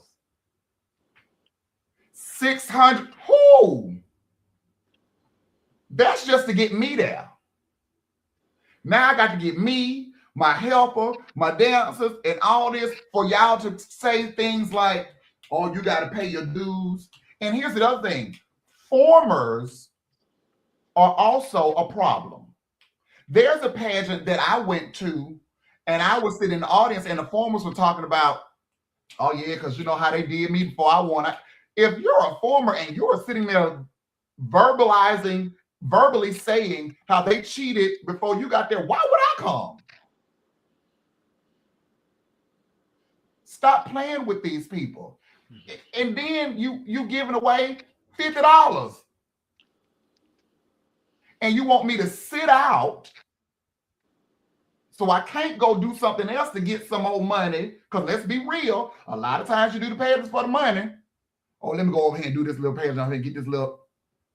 But I can't do that. I got to sit out. Then you want me to go to Atlanta every other week with a new dress on to walk So y'all can get on the internet and kiss my ass. I'm not and these people aren't doing that. We're not gonna keep playing with. Ain't nobody writing checks no more. Ain't nobody doing credit cards no more. These people are actually working to spend this money for you to play with them. Because you know they're going to come back next year. No, we're not doing that. We're not doing that. What do you think it is for us as entertainers that know that these systems do this, do that? Oh, it's her turn. Because I'm the exception to the rule. I've sat in okay. Because I've sat in living. Listen, Jawaka, I've sat in living rooms. You know who I'm talking about, and I've heard the conversations of, no, we can't crown her this year. It's got to be this girl, and he's not ready. Let's crown him. He's ready. His clothes are better, even though his reputation or his, criminal background was worse than this person. I've sat in living rooms and in cars with these conversations are going on, and I'm like, dang, they cheating over there, but I gotta go be it. And I eventually end up winning it. But I'm just saying, why do you feel like why do we do that to ourselves? We are the exception to the rule. That, and I'm going to do it because they could, and then they're going to be mad because I got it. Yeah. I don't like that. The pageants that I choose to do, again, they may be small to some, but for me, they mean something. So, for example, I want to be the queen of every club that I perform at on a regular basis. Oh, that's smart. That's why I did Miss Icon. They didn't have it again, but I was going to be Miss Al's. I've been Miss Bebop's. I've been Miss. If you have it and I perform that on a regular basis, the club I perform at in Gulfport is called Sips. They don't have a Miss Sips. They call it Miss Mardi Gras. I went and did it and won because I'm here. I should be the queen of every club that I perform at on a regular basis. Not because I need to be the queen, but it's y'all done booked me. Now let me do something for y'all. Because what I do know is the kind of person that I am. I also wanted to be Miss Renaissance too. Because I love that. I can do an interview. You ain't gonna beat me in no interview. Question and answer is one thing I've never lost, knock on wood. But I can bring something to you. I don't need you for the booking. That's true. I don't need your bookings. Do you or have you ever had a desire to do one of the big ones? Oh, listen. Every Black entertainer wants to be Miss or Mr. Black Universe or Black America. Period.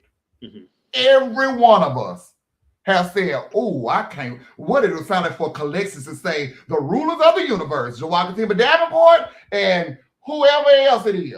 Right. But I also, that is always, but I also be like, no, I don't think I would be a good fit for that. So when you say fit, what do you mean?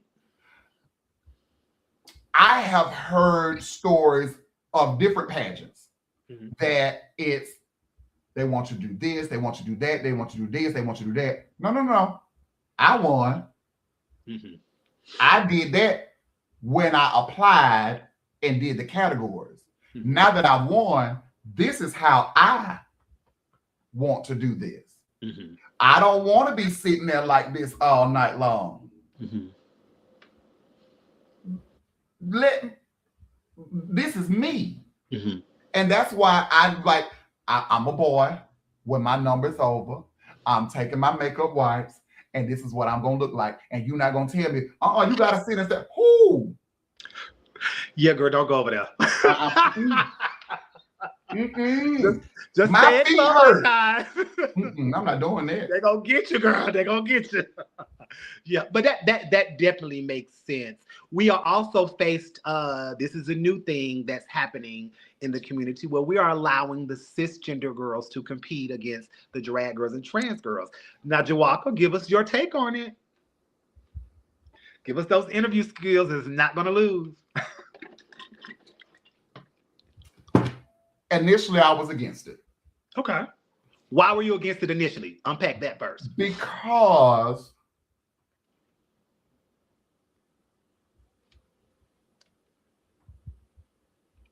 I don't feel like you can judge.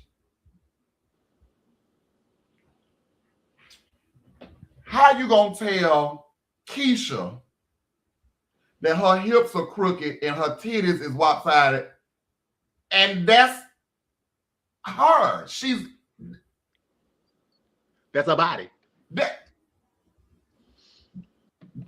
but now this ain't female impersonation because she ain't impersonating a female. Mm-hmm. She's the real deal. But then I thought about it because growth is mental. It should be. It's like all this shit make believe. Let them girls come over here, especially if they twirling for real. Glam twirls, seduction twirls. These girls are bring your asses right on over here. Mm-hmm. So I think that, you know, we want inclusivity when it's convenient. We want to be able to be trans and be in the Olympics on this team. Well, then why we can't let them come over? Mm-hmm. Right. Okay. Put your wig on and your tights and come on here. Come on. She said it. Come on. You know, after every pageant, Monday or Tuesday, you're going to get posts, you're going to get lives, and people are really, really becoming, for the lack of better words, bullies on social media when it comes to contestants. Whether it's a live that's going on or whether it's the next day or the next couple of days. And a lot of people are saying that's one of the reasons why numbers are low, because they don't want to put their time, effort, and money into something and then they be ridiculed the next day or the next week for something that they did or did not do on stage or did not win. Especially when you become a girl of a certain caliber, if you don't win, it becomes just even more. The flip to that is people always come back with this, well, you signed up for this when you stepped on the stage. You signed up for the criticism. You signed up for the torture, or not per se, they don't use that word, but you signed up for it. What is your take on it, Jawakatema? No, I didn't. I ain't signed up for nothing. I signed up for them 5 people that's sitting out there to tell me if my dress is too short or my hair's too crunchy. Those that can do, those that can't criticize. And the biggest criticism comes from those that couldn't. You couldn't do it. I don't care how many pageants you watched. I don't care what. You do it. That's like somebody, oh girl, you should have. Well, why you ain't do it? Since you got the key to know how to win and what they looking for over there, why don't you do it? And you win it. That's crazy to me. Mm-hmm. If I knew the Powerball numbers, why would I not go play the Powerball since I know the numbers? Right. But yeah, that's crazy too. Mm-hmm. And these pageant owners, stop telling your representatives not to respond, because guess what? We are all human. Respond to them people. Tell them to kiss your ass. Because if you're not gonna take up for me, I'm gonna take up for me. I think that has been my issue, is that when a king or queen is being attacked, and the promoters, y'all ain't saying nothing. Nothing. Because what gets me is I have actually posted a clip of Dr. Carrie Bryant when she said, you know, you can Dr. get on the internet. Dr. Carrie Bryant. No, not Dr. Cheyenne Bryant. Carrie, Jamal Bryant's wife. Okay. Jamal's wife, not the cosplay. Because I was like, who? Okay. No. She had said when the stuff went around with the dress. Yeah. And she had made a comment. She was on Isaac Curry's podcast, and she was saying, you don't get to dog me out dishonor me, talk about me, and then rob me of my option to respond just because I'm a pastor or just because I'm supposed to be educated with a doctorate or AKA. That's not fair. I'm going to respond, if at anything, because I'm grown. Because I'm Number grown. one, there are going to be times where I'm going to respond and I'm going to, and we love to sit back and say, you can't respond because you're a national title holder. Well, I am a national title holder, but what does that have to do with me responding? It's Absolutely like you can get on the internet and beat me up, and I'm not supposed to say anything smile because I and have this bow plan. down and say, no, absolutely not. And if you are in this, your promoter needs to say something. Mm-hmm. You don't want her to say it because she's the queen? Fine. I'll say it. Fuck you.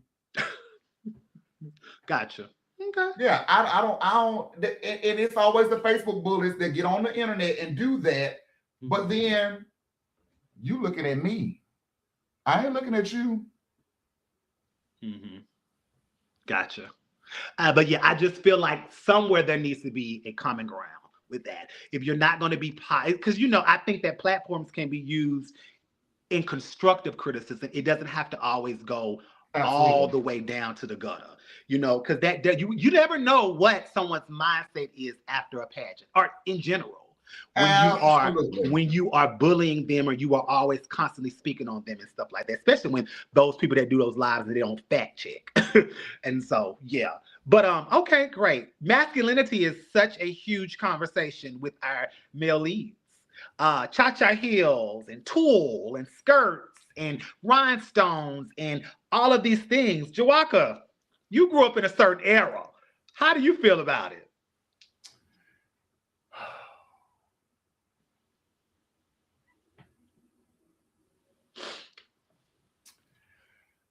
Let me say this. What's good for the goose is good for the gander. Mm-hmm. Now, we all gay.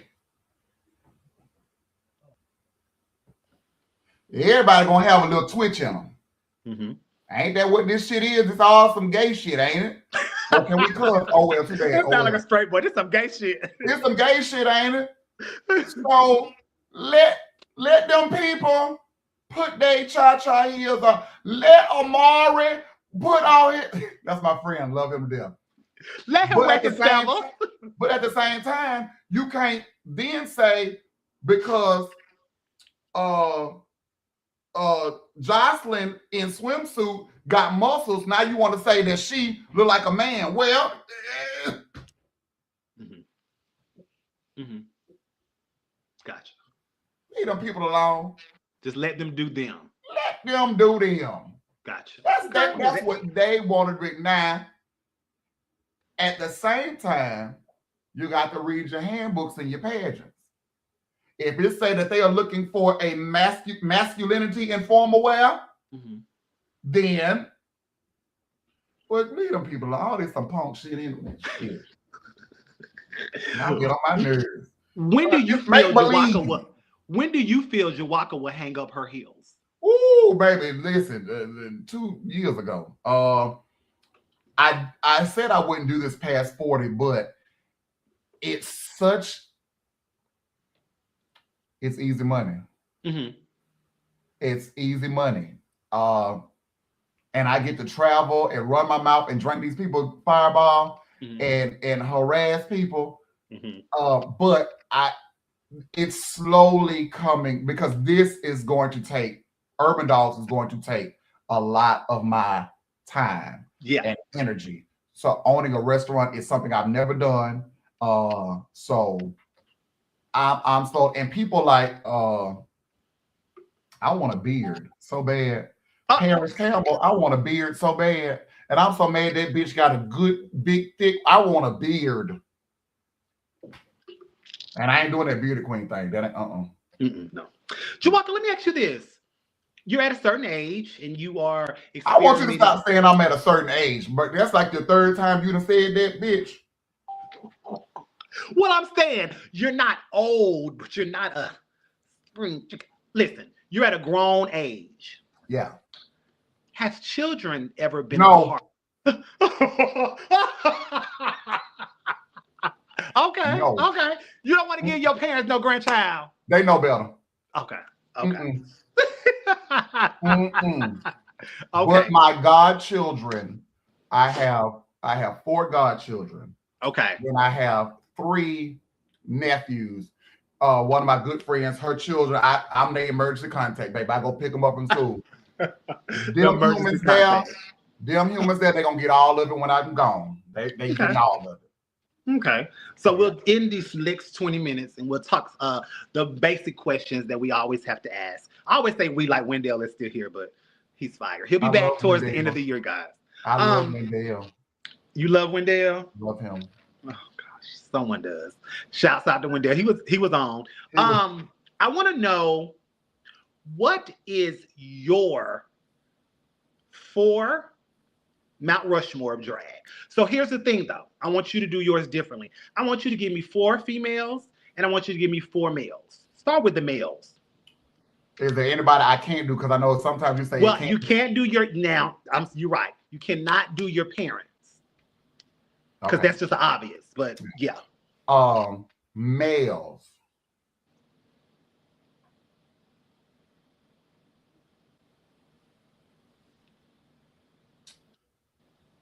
Jalen Bonet. Okay.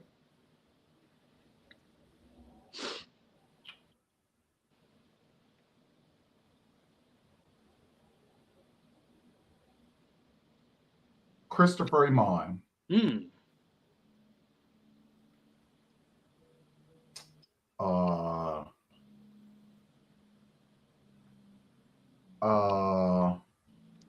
Damani Hall Dickerson.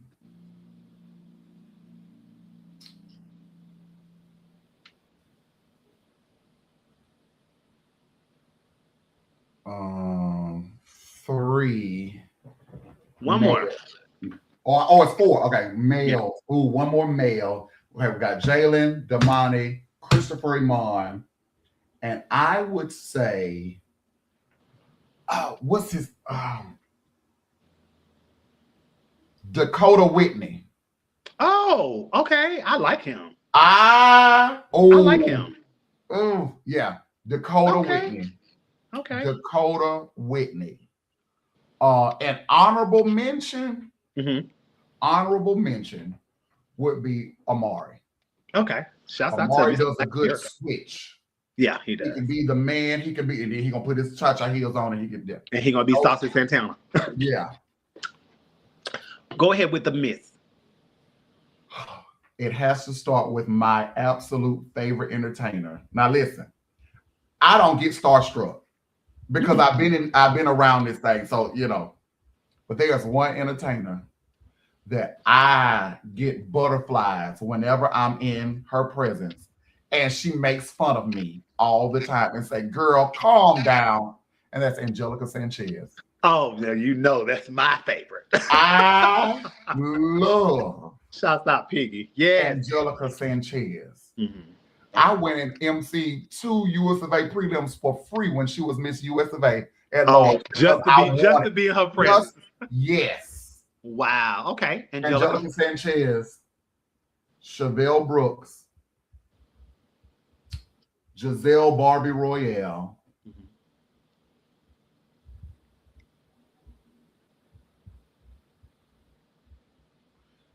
Akiri Davenport. Now you gotta have to give an honorable mention because you did for the boys. My honorable mention would be Diva Cliche. Oh, I love Diva. Underrated. So underrated, you know, and maybe because she doesn't put herself out there besides. Love her. Yes. Okay. Never met her. Love her. I thought you was gonna say Glamazon because you know she's from down there and she's such a great entertainer. She said Everybody has to say her, fuck her. You so silly. She was one of my queens. She was one of my queens. She won my pageant. Okay, gotcha. Legacy. When you're long gone and people be like, girl, Jawakatema, because it's a name that rings. What do you think, or what would you like for your legacy to be? I've always said I wanted my legacy to be that bitch was nice to me because I know people that were not nice to me that I will never forget. But I want to be the one that they say, she gave me a chance. And what I have found is that legacy has come true because now that I'm without a permanent home bar like I have, those entertainers that I have helped cultivate over 18 years who now live other places and have it, they've all reached out to me and said, come to me because Right. you let See? me. So that's See? what I wanted my legacy to be. I don't know. Well, I'm sure you do know they have now opened up Icon in Birmingham. Will you Yes. be there at any time? Yes, I will be. Hold on, let's see. I will be there. I will be Calendar there ready. the 19th. I'll be there the 12th of June, the 19th of June. Okay. Gotcha. And some other days too. And then October, the first weekend in October, which is Miles' homecoming, I'll be there. Okay. Yeah. Oh, that's what's up. Regrets, redos, things you wish you wouldn't have done or would do. Is there anything in life that you regret? Continued on and with college and got the doctorate, like just gone on and get it, because taking the time off, it was I ain't going back now. You know, that ain't gonna happen. But I would love to have been Dr. Joshua Lockwood. So you ain't going back, or you just don't want to go back? I ain't going back, baby. Go and get them 3 years. Let me tell you something. I don't need to have a doctor to get these hot dogs sold. Now, if I was still right, and the way they throwing them at people now, you be like, child, is it even worth? I mean, it's still worth it, but it's like, come on now, y'all giving Chris Brown a doctorate in what? Bitches right here lying on their doctorate degree. Ooh, like, don't get me started on that honorary doctorate thing. Don't get me started on the the honorary doctorate thing. That's a program that is not to be played with. I think to get an honorary doctorate, you need to have been working in the field of that. So let's say if there was a thing, I would give, if there was an honorary doctorate of drag, I could give it to Tommy Ross, Tasha Long. Yeah. But I'm not giving it to the girl that just won the closet ball last week. What? Right. How? Speaking of, I always ask, who are some up and coming entertainers that you feel will be here for a while? Who do you like? Who do you see it for? 2 or 3? My daughter, the Vanilla Swirl herself, Gracie Lou Freebush. Oh, we love Gracie. Gracie has the heart and the desire to do it, but she also takes care of Dalton, her boy. And that's something that's going to carry her along the way. And I think that's something that has helped me as well. I've taken care of Josh and Jawaka, because if you do just Jawaka, it's going to be hell. Right. But she has the drive, and she ain't scared. Right. I love Gracie. She ain't scared. Okay. And she lives a street over from me. She actually moved into my old house. She wanted to be me so bad. But another, she's not a newcomer. But the reason why I put her in this category is because she has now gotten her just due. But she's been in the game a while. Savannah Santiago. So happy for her to finally gotten her a national title, to be recognized. She is going to do it. I love it. And she's going to do it her way. And now they're going to be beating down the door trying to get her next when she gives up. That's always how it happens. Back then you didn't want me. Now I'm hot you all on. I'm all on. Shout out. Okay. Yeah. All right. What is Jawakatema and or Josh no longer apologizing for?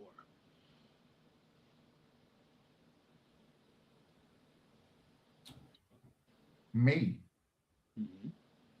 If you don't like it, oh well. And it's because I'm not rude, I'm not mean, but I'm me. And if you don't like it, oh well. Gotcha. Okay. You. Me. What would your children say about you? Oh, they love me.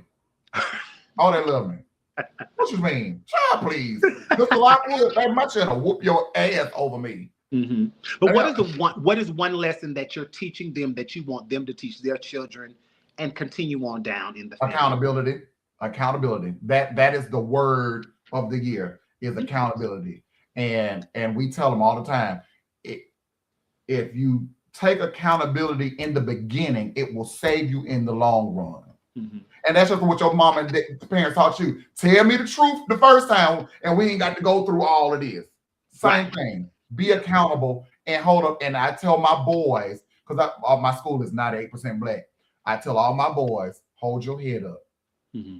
and take it. If you did it, take whatever your punishment is as a young man, because that ain't got nothing to do with gay, straight, or nothing. Mm-hmm. As a young man, as a young lady, and I tell my young ladies to tell the truth, because what we are finding out is these girls be lying on these boys. Yeah, absolutely. They've been doing that. Right. But accountability. Did you ever find yourself in a place, position, or space where people were trying to compare you to Sophia? Yes. How did that make you feel? Sophia is who she is. She is legendary in her own right. Let me say that. But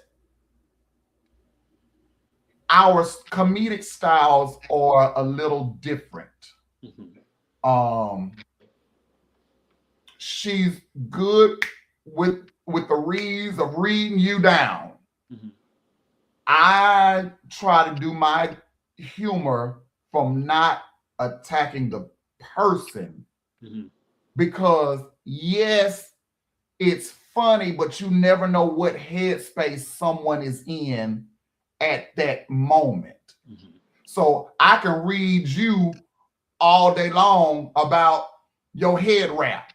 Mm-hmm. But what I don't know is you might be battling cancer and your head wrap. You see what I'm saying? Yeah. So yeah. I don't try to do that. I can find humor in a situation or something else. So it's good to be compared to somebody like Sophia who has done this forever. Hell, she's hosted the panels I want to host. Right. So, yeah. Okay. No explanation, no definition, no reasoning, but give us one word that describes your life in its totality. Blessed. Okay. Blessed. So before I ask the last question, is there anything that I did not ask or that you wanted to talk about? We've been on for 2 hours, which is typically the time, but we can't get your whole 41 years in 2 hours or so. But is there anything that I missed? Anything that you want to put out there or lay on the table, as you said in the previous post? So I'm going to ask you a question. Sure. What did Trinity think of Jawakatema when Trinity first met me? And I bet you don't remember when we first met. I don't remember when we first met, but to answer that question, are we being transparent? Yeah. Who is this joke in this dressing room? But it wasn't, because I will own who Trinity has been and who has grown to become. I know I was Regina George. Yeah. That was the light-skinned, pretty girl mentality. I had that. I was a Burmalette. I was a part of that circle. So it wasn't to necessarily, because to be a bitch, but it was just kind of one of those things that we were ushered into. So yeah, it was like, who is this? We were always trying to be serious. And so, but what I will say is that you became the light. Because you remember Birmingham was, even though it was the place to be and we was making money, had a lot of dark moments and dark times. Yeah. And what we could say is that Jawakatema walking that dress so bitch, you're gonna laugh. It's gonna be funny. You were always a sweet, kind person. But I will say that yes, I probably did play a part. Not probably. I know I played a part in being a mean girl in that times. And for that, I apologize if it ever affected you in any manner, because that's not who I want to be remembered as. But I will own and take accountability, the word we've been using tonight, in that, because a lot of times You just said you never know the headspace a person may be in. And in me saying, girl, she a joke, ain't nobody taking her seriously. You could have probably been taking it seriously. And here's the thing. I may not have thought you were serious, but here you are 18 years later, name ringing. So, yeah, that's what I thought of you at first. I thought it was just a joke, and we're trying to, on this group, be serious. Here's somebody coming in playing, like, girl, what's the tea? But now look at you. So the joke is on me. So, yeah. So that's that. Yeah. But no, I must give you your kudos, because I know. Baby, Birmingham was not. We did not play. We just didn't play. It gave us tough skin. Now, it did. And I recognize you and the measures that you have taken over the years. Now, let me be transparent. When you first wrote me about a booking, I was like, I know like hell, this bitch don't think I'm finna book her. But then I had to take about, I was like, you know what? You can't be the Christian you say you are if you don't give someone a chance to show them who they are today. Right. And who we are today should be different than who we were yesterday. Right. Growth starts in the mind. You have to make a conscious decision that I'm going to be better. And I have seen you.